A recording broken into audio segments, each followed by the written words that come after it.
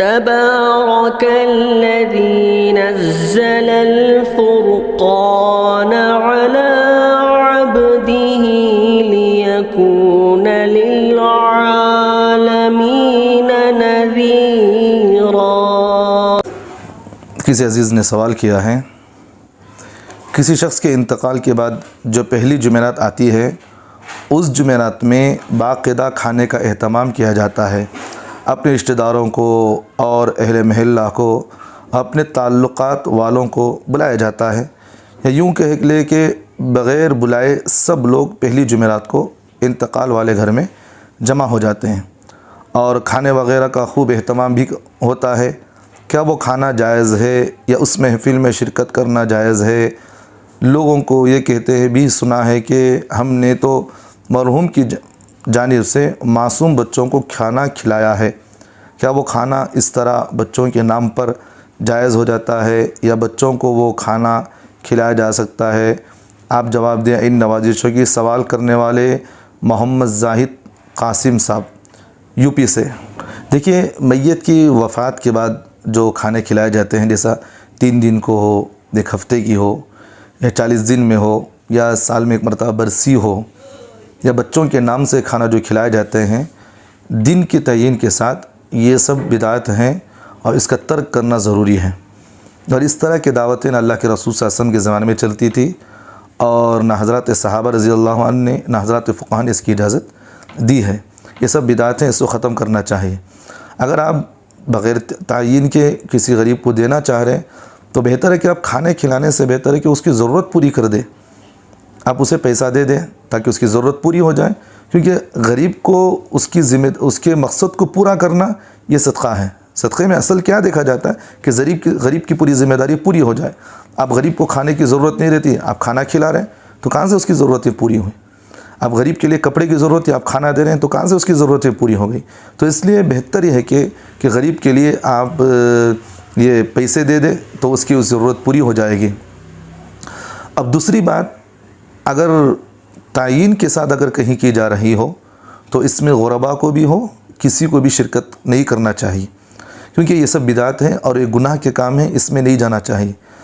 اور اگر تعین کے بغیر ہو، کہیں اگر دن تعین نہیں کی، ایسا عمومی طور پر یاد آ گیا گھر کے اندر بیٹھے، ایسے ہی رشتہ داروں نے مل گیا کہ چلو بھی کچھ پکائے غریبوں کے لیے صدقہ کر دے، ہمارے کچھ ایسا ثواب بھی ہو جائے گا اس میں۔ اگر تعین کے بغیر اس طرح کر رہے ہیں تو اس میں غربا کا حصہ ہوتا ہے، مالدار بھی اس میں گھس جاتے ہیں۔ خاندان کے اندر بہت سارے ایسے مالدار ہوتے ہیں جن کو پہننے کے لیے کپڑا ہوتا ہے، وہ خود آدمی صدقہ کرنے کی صلاحیت رکھتا ہے، بھی صدقہ اسے کہتے ہیں کہ جو مال کی گندگی ہو، اب وہ صدقے سے بلائیں دور ہوتی ہیں، اب وہ آدمی تکلیف میں ہوگا اپنا رشتہ دار قبر کے اندر، تو اس قبر کے اندر سے تکلیف کو دور کرنے کے لیے غریب کو کھلاؤ، اللہ اسے تکلیف دور کریں گے، تو یہ مقصد ہوتا ہے۔ اب تم مالدار بیٹھ کر کھا لے تو کہاں سے تکلیف دور ہوگی اس میں؟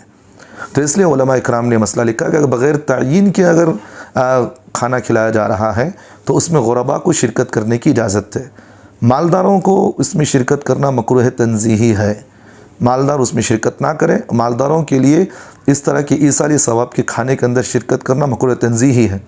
اور دوسری بات علماء نے یہ بھی لکھا ہے کہ اگر کوئی مالدار یا علماء ہیں تو ان لوگوں کے لیے ان میں شرکت نہیں کرنا چاہیے۔ کیوں شرکت نہیں کرنا؟